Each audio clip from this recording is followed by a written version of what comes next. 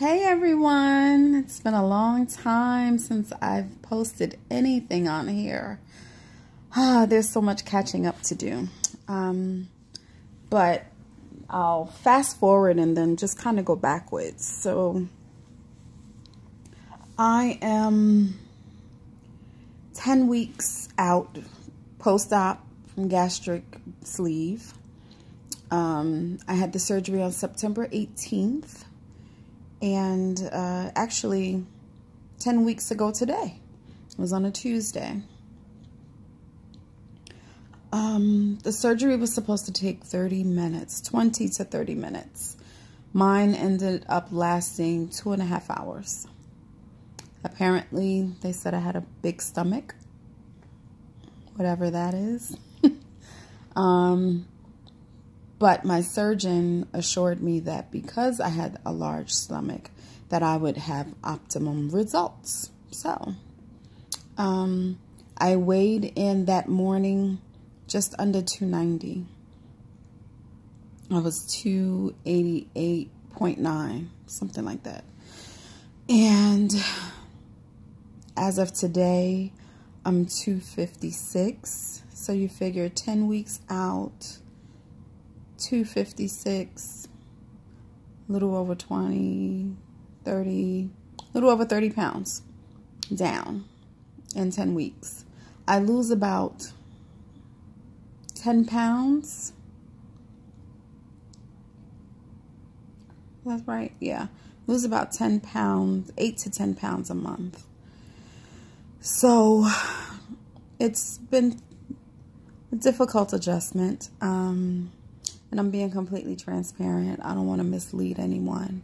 This is my experience. Your experience will not be the same as anyone else's.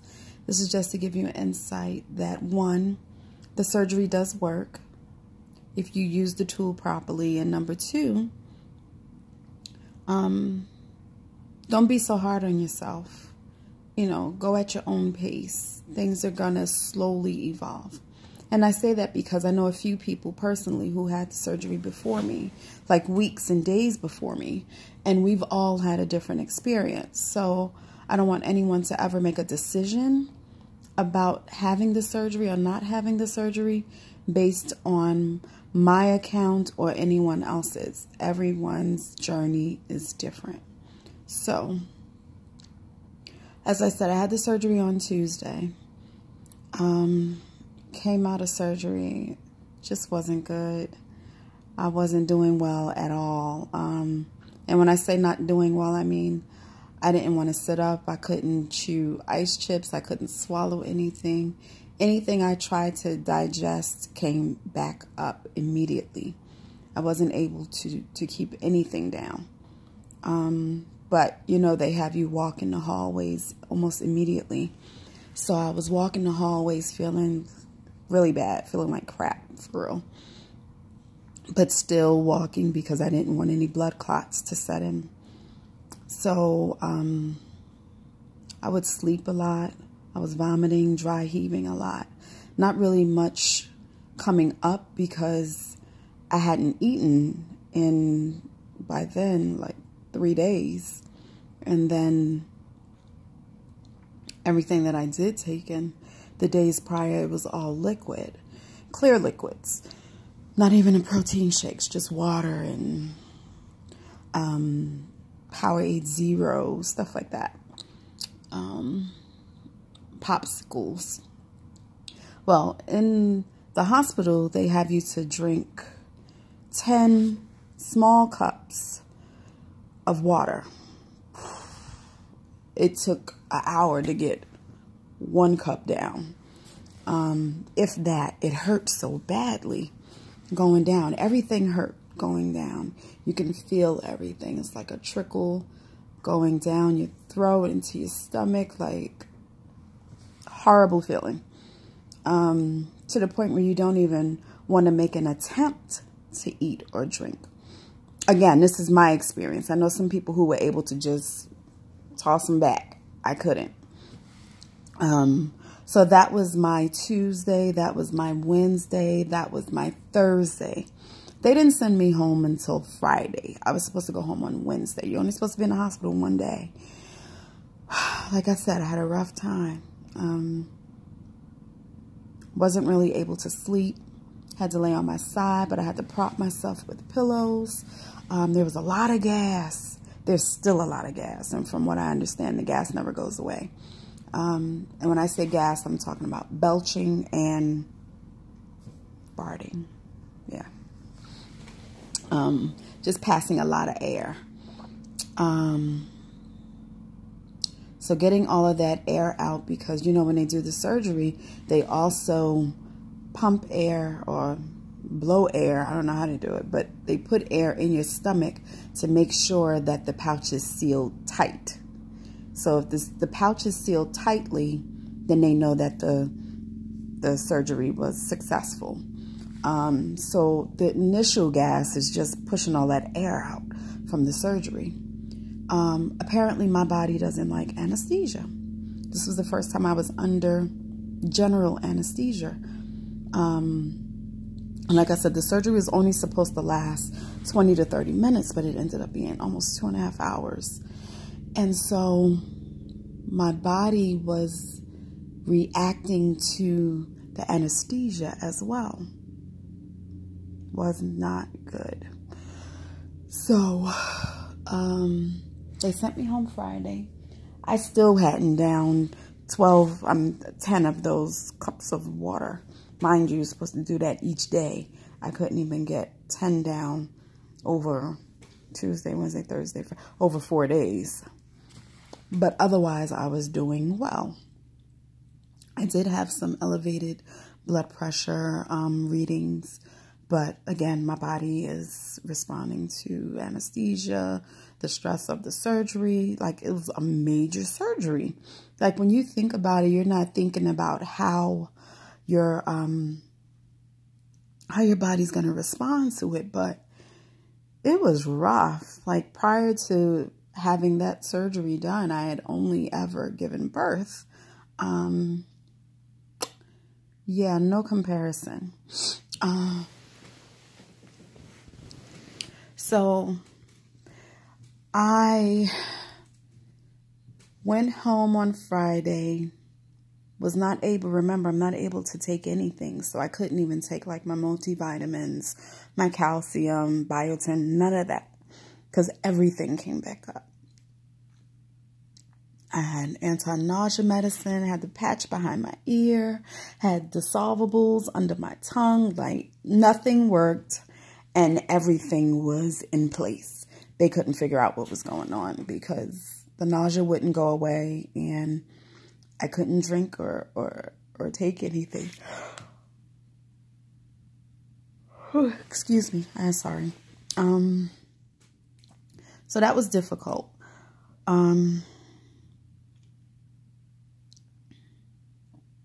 Just trying to think, like, there were so many things. Okay, so that Friday, Saturday, Sunday, Monday, Tuesday, I still couldn't keep anything down. It wasn't until the following Wednesday, on the 26th, that I was finally able to sip water and it not come back up. So with the sipping of the water, it kind of cramped my stomach. And that was room temperature. So then I realized, okay, maybe I need to have something warm, because the room temperature and cold, my new telly, I call it my telly tummy. My new telly tummy didn't like it. So then I got on this low sodium soup kick. So I was eating or sipping those soups as tolerated. Not much of anything, just enough to keep me from feeling lightheaded. And then the other thing was to keep me from not being dehydrated, because that was starting to set in. I would spend hours in the bed just sleeping because I didn't have any strength to do anything else. So a week went by and finally, you know, I'm supposed to be on Puree. or opaque liquids. I should have been doing those a week out. Couldn't do anything. I was about a week and a half behind that schedule. You know, clears, opaque clears, puree, softs. I wasn't on the schedule because my body just wasn't tolerating much of anything. So by the second week, I was finally able to eat applesauce. That's unsweetened applesauce, unsweetened pudding. I had vanilla, chocolate, and I think tapioca. All sugar-free. And I ate the Granny Smith sugar-free applesauce. The cups, individual cups. Those are a go-to for me now also. If I feel like I want to have a snack, I'll eat those. So I finally started getting about a half a bottle of water down.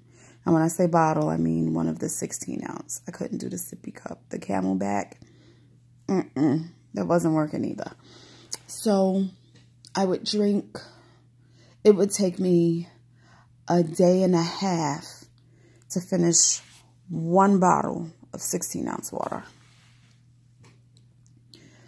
So going into my second to third week, I was able to now eat maybe 4 ounces of soup in one sitting, which was a big deal because all before then I was like spoonful, that's it, I'm good.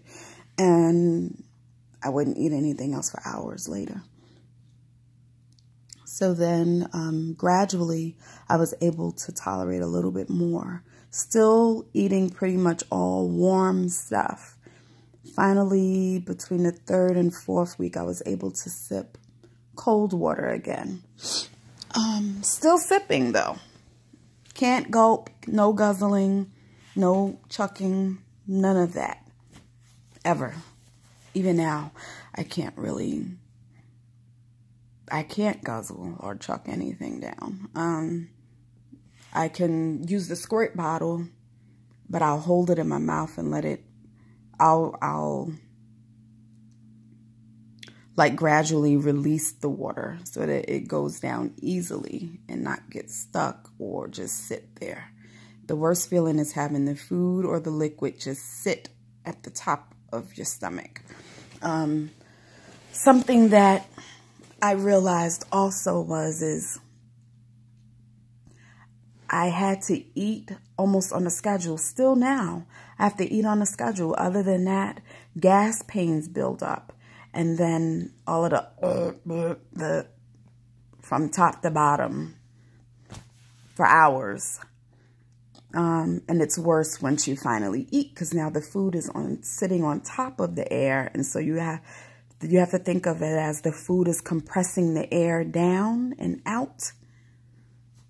Very uncomfortable. Not much of what I eat gets stuck. I hear a lot of people, I even have a friend who's like 5 years out from bypass, and she says that she still has certain foods that get stuck. So luckily, I don't have anything that actually gets stuck. So that's a relief. Let me see.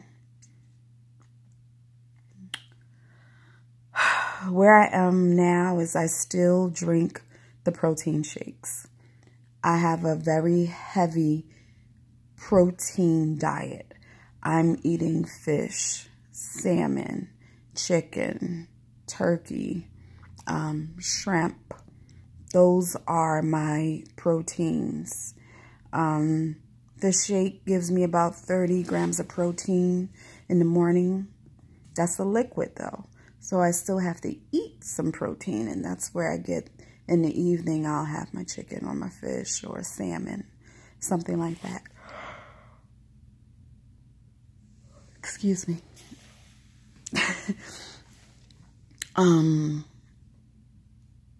Outside of protein, I eat my vegetables.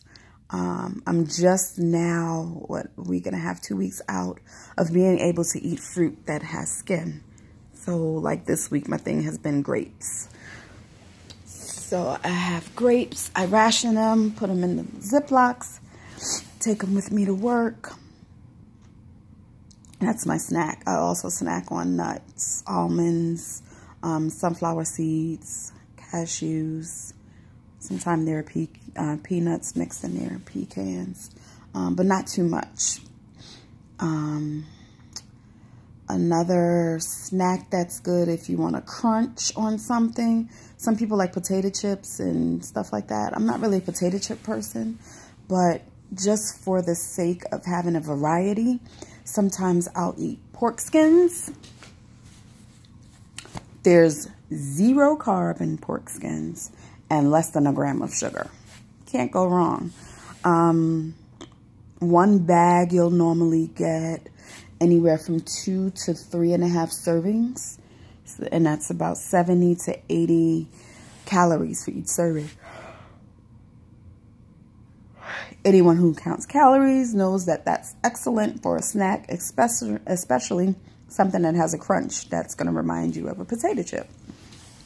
If you're an ice cream person, you can get Enlightened ice cream bars, and they also have the tubs of the pints of ice cream. Also Halo Top. Halo Top is pretty good also. I'm not really big on Quest bars. I don't like them. Aside from that, they have a lot of carbs in them. A lot of people, they love those Quest bars. Y'all can keep them. No, thank you. They all taste the same regardless of the flavor. That's number one. And they all look like they've already been eaten. No, thank you. Yeah, I don't like them. Not at all. Some things just aren't worth the sacrifice. I'm sorry. I'd rather just eat unsweetened, sugar-free popsicles and things of that nature, or pick up nuts and fruit. Let's see.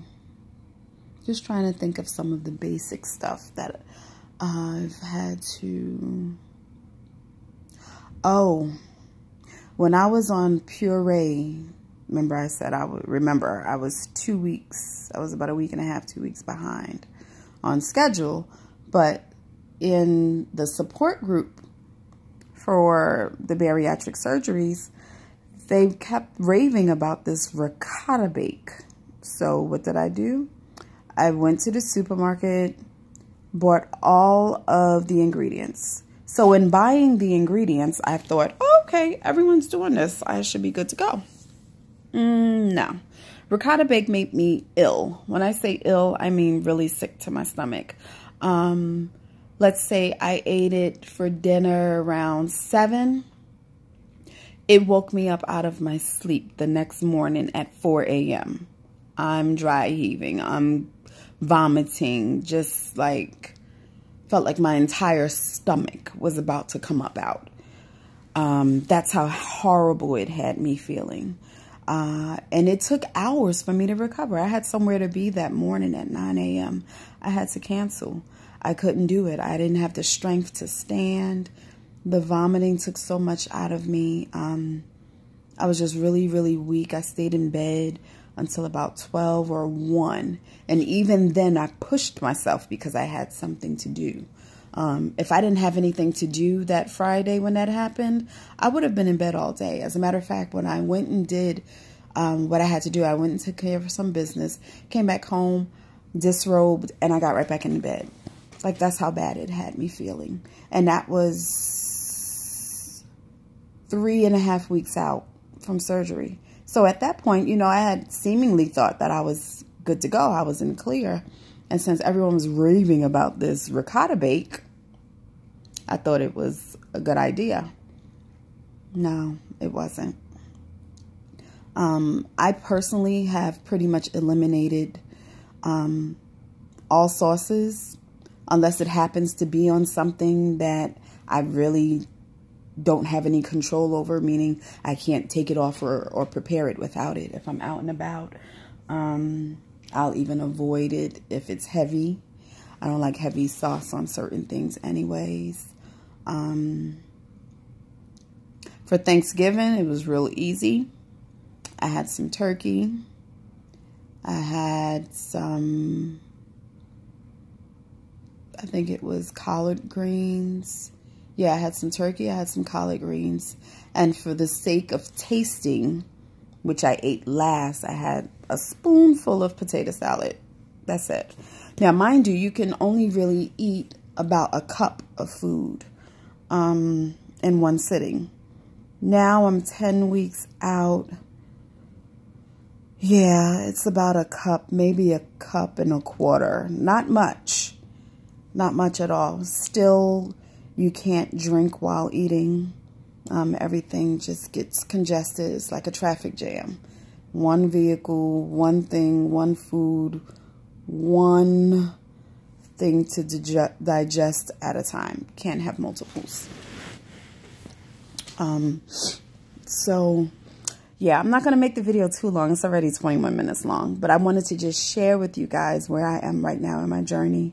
When I started in January, I went to my program at 306 pounds. So to know that I'm at 256-ish now,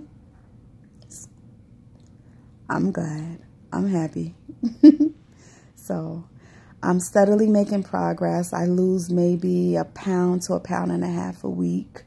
I haven't started full exercise yet. However, I do get in at least 2 to 2.5 miles of walking while at work each day. So I wanted to be able to master mind over food. I wanted to master knowing my triggers and what made me go to the potato bread or Hawaiian bread sandwich.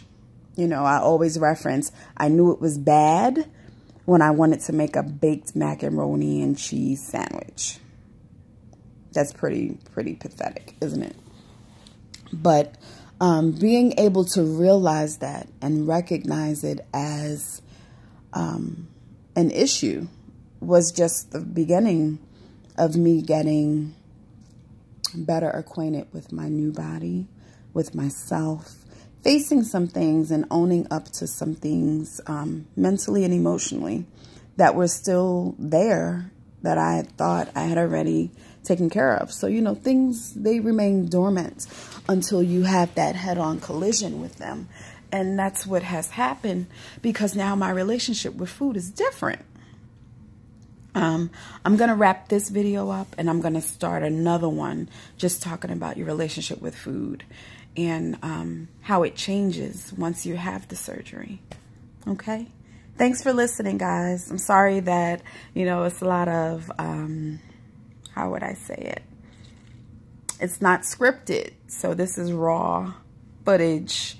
I didn't write anything down. There's no prompts, nothing in front of me. I'm just sharing transparently my experience with you so you can be in the know. Wish you the best with yours. Have a good one.